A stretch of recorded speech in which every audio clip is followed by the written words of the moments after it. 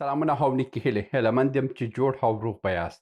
نن مو د راجستان تحقیقاتي مرکز سره تر ډېرې وخته بحث درلودل تر څو د امریکا ټاکنو پایلې د هغه حسرات پر افغانستان باندې وڅېړو چې پر افغانستان باندې د دوی حسرات به څه واوسي. افغانستان ته دا خلک بیرته راځي که نه راځي؟ افغانستان اقتصادي حالت به ښه کېږي که به بد حالت ته ځي؟ نو دغه ټولې خبرې مو نن وسنجولې. انشاءالله چې په دې ویډیو کې ډېر موضوعات به تاسو ته برابر کړي اوسي او تاسو ته یې وړاندې کومه. ځو پر موضوع باندې خبرې کوو او تر اضافي خبرې تېرېږو چې تاسو به هم قناعت وکړئ. مخکې له دې چې زه په ټاکنو باندې خبرې وکړم، تاسو باید د سمسون په نامه باندې چې کوم سیاسي کارتون د امریکا دی، په دې باندې تاسو باید پوه سئ. په اصل کې دغه کارتون چې دی وړاندوینې کوي. دا وړاندوینې چې کېږي دا 20 کاله مخکې کوي، 10 کاله مخکې کوي. د مثال په ډول باندې دوی 10 کاله 20 کاله وړاندې په کارتون کې ویلي وو چې ټرامپ به د امریکا ولسمشر کېږي. 10 کاله 20 کاله وروسته یې ټرامپ ولسمشر سو. په همدا ډول باندې دوی مثلا دلته یو وړاندوینه کړې وه چې په 2024 کال کې ټرامپ وژل کېږي. هغه ورباندې د برید وسو خو ژوندی ترې ووتی. په همدا ډول باندې د کماله په هکله باندې هم دوی وړاندوینه کړې وه.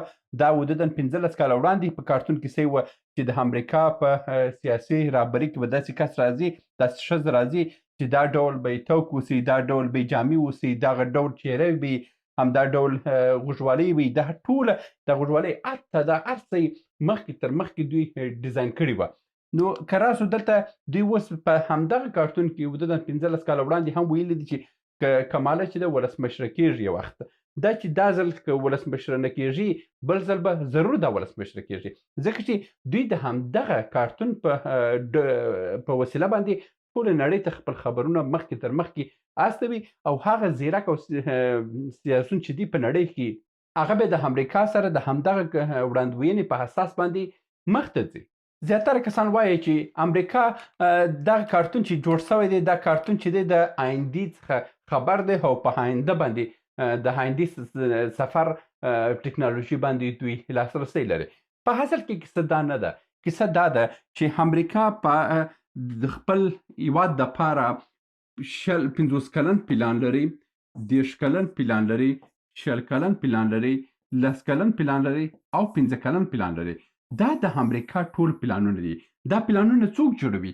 داسې په رسنیو کې دا یو موضوع راوتلې ده چې د کمیټې سیاست په نامه باندې یو 300 کسیزه ډله ده چې هغه د امریکا د راتلونکي دپاره پلانونه جوړوي. چې مثلا په 2050 کال کې به څوک اوسي، په 2030 کال کې به ولسمشر څوک اوسي. همدغه ډول دوی 10 کاله 20 کاله 30 کاله 50 کاله وړاندې دوی خپل پلانونه جوړ کړي دي چې 50 کاله بعد به په امریکا کې څوک ولسمشر کېږي، امریکا به څنګه مخ ته وړي. دا په همدې ډول باندې دوی مخکې تر مخکې هر څه پلان کړي. د ټول نړۍ د سیاست په هکله باندې چې دا چې په ټول نړۍ باندې څنګه قدرت وچلوي، څنګه کم حاکمیت وکړي، دا ټول مخکې تر مخکې ډیزاین سوي دي، دا مخکې تر مخکې پلان سوي دي او دوی تطبیقوي. اوس راځم په دې باندې خبرې کوم چې دا که 50 کاله مخکې د ټرامپ موضوع دي لیدلو سي، خو ټرامپ هغه وخت وړوکی دوی څه پوه سوه؟ نه، د ولسمشر دپاره دوی 10 کاله وړاندې، دوی 20 کاله وړاندې دا ډول باندې دوی تصمیم نیسي. 20 کاله وړاندې ګوري چې کوم کس زیرک کس دی او کوم کس به د امریکا د ګټو ساتونکی اوسي، کوم کس به وسې کړی امریکا به د هرې بدبختۍ څخه وژغوروي.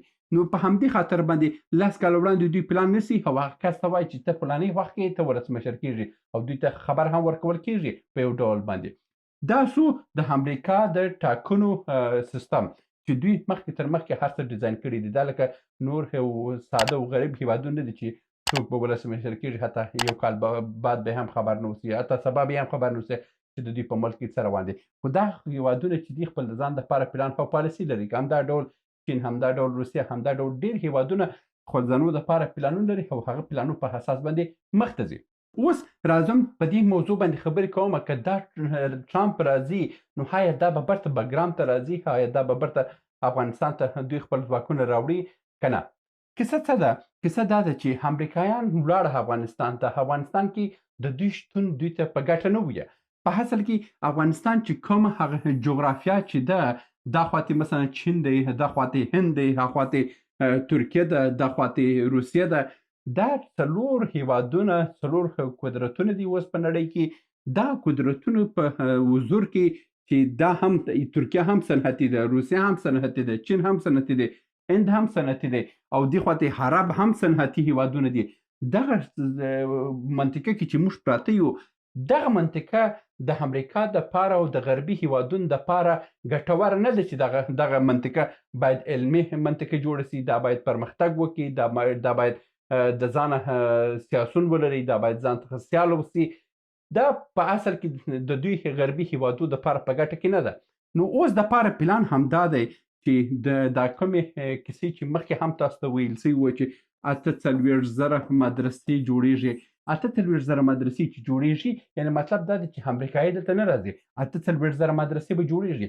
مکتبونه چې ویل سوي وو چې مکتبونه بندېږي او دا به اوس هم بندېږي. مکتبونه به بندېږي، اصل کې هر پردي باندې روان دی. مثلا تلویزیون بندېږي، کار پردي باندې روان دی. همدا ډول موبایل بندېږي، زیرک موبایل بندېږي، کمپیوټر بندېږي، انټرنټ بندېږي. په افغانستان کې د نورو غربي هیوادو دپاره افغانستان غوندې یو جیوپولیټیک او جیوستراتیژیک چې د هر لحاظه ډېر مهم هیواد دی، او که افغانستان په پښو ودرېدي، یعنې آسیا ټوله په پښو ودرېدل، آسیا ټوله تجارت ژوندی سو، نو د همدې خاطره که امریکا راځي، امریکا به هلته یو ښه حکومت جوړوي، امریکا به هلته برته مکتب جوړوي، امریکا به هلته پوهنتون جوړوي، امریکا به هلته ژوند جوړوي، امریکا به هلته برته فعالیت جوړوي. نو د همدغه فعالیت چې دی دا د غربي هیوادو په ګټه نه دی.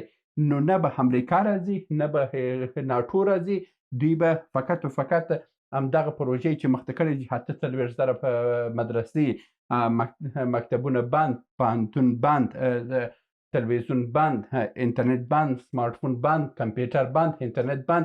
دا پلان په افغانستان باندې تطبیق کیږي او افغانستان به په یو ډول نه په یو ډول یو زامبیا او بدبخت هیواد به جوړیږي، ترڅو نه روسیه هند ته ځان ورسوي، نه هند روسیې ته مرکزي اسیا هیوادونو ته ځان ورسوي، نه چین ځان اروپا ته ورسوي، نه اروپا یا نور اسیایي هیوادونه د افغانستان د لارې ځان چین ته ورسوي. نو دا د مطلب او پلان اصلا دا روان دی. د اوس دپاره داسې امکانات نشته چې امریکا به برته افغانستان ته راځي او افغانستان به، ځکه چې دا کوم کسان چې دا اوس یې کښېنولي دي، دوی ته هر کال هره هفته کې مثلا 80 میلیون ډالر هستوي، خو هغه متل دی وایي کسی که نان دهد فرمان دهد. چی دپاره امریکایي ولاړ شي هلته د ورځې لخوا حدودا 300 میلیون ډالر مصرف کړي. دا اوس په هفته کې 80 میلیون ډالر باندې هغه کارونه چې امریکایانو نسبدل اوس دا خلک ورته کوي. چی دپاره دوی ولاړ شي برته هلته داسې بګرام ونیسي، څه دپاره بیا دوی ولاړ شي هلته هډې جوړې کړي، هلته به نور دړماران به راځي ورته پیسې شکوي او نور هیوادونه به هم ورته ستونزې جوړوي. نو د اوس دپاره هېڅ ضرورت نشته. دغه کسان چې دوی راوړي دي، مقرره کړي دي، پر ځای باندې کښېنولي دي، 80 میلیون ډالر باندې هغه کوم کار چې دوی د ورځې لخوا په 300 میلیون ډالر کوله، اوس دوی په هفته کې په 80 میلیون ډالر باندې هغه کار کوي او تر هغه باندې بالاتر کارونه کوي، تر هغه لا بالاتر کارونه کوي. که ټرامپ راځي او که کماله راځي، خو اوس ټرامپ وګټله، ټرامپ به راځي، خو د ټرامپ راتګ معنا دا ده چې افغانستان خپل د بدبختي څخه نه ژغورل کېږي.